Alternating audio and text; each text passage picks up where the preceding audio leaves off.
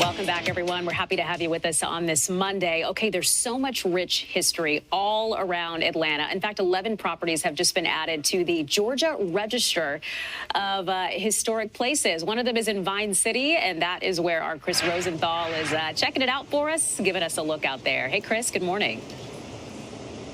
Hey, Elise. Yeah, this is really cool. You're right. There's rich history everywhere, and I'm here in Vine City, and this property behind me, 220 Sunset Avenue, is actually the home of the of former Atlanta Mayor Maynard Jackson.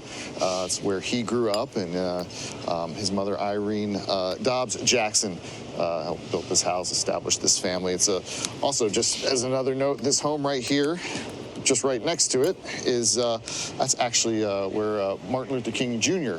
Lived with his family.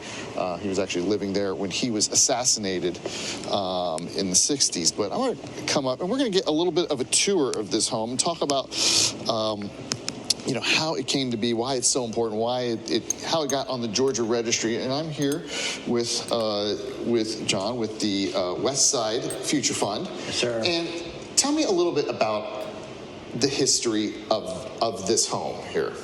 Yeah, thank you. This home has such an inspiring history. So this home was built by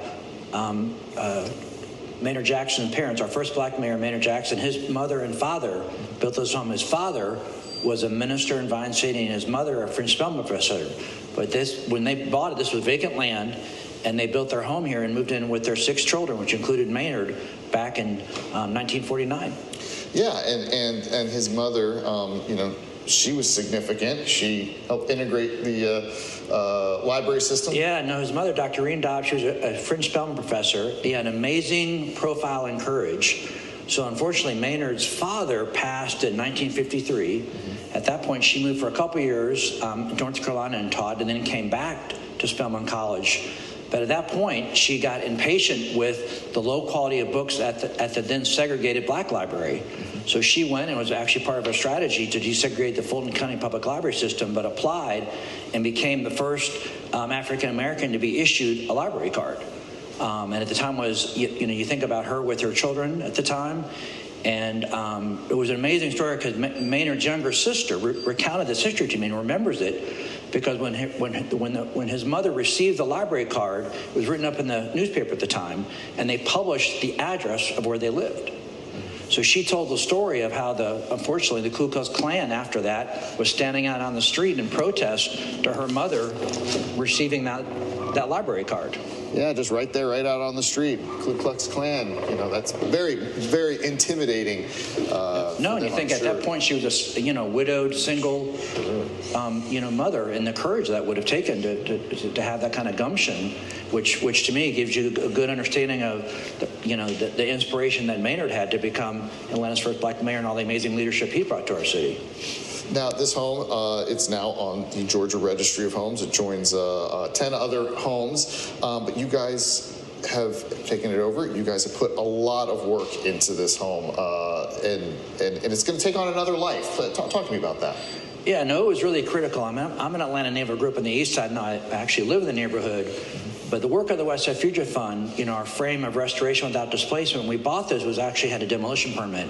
And the community, the Vine City community, reminded everyone of the amazing history of this home. So once we bought it, we committed to restore it as it was, but also ensure that history was preserved, that history was lifted up to get it on the Georgia National Historic Register, you know, which we have done, both as a recognition of how important it is, as well as to ensure that it's, you know, protected in the future. Absolutely, and yeah, and you know, real quick, just as we wrap up here, I mean, this home, it was set to be demolished, and now it's been fully restored. And now fully restored, and faculty of Spelman College. That's right. Can move in here. And rent affordably with a path to home ownership is our goal, is that they rent here, part of our Home on the West Side program. Absolutely, yeah. So this home will live on. So not just be a museum piece.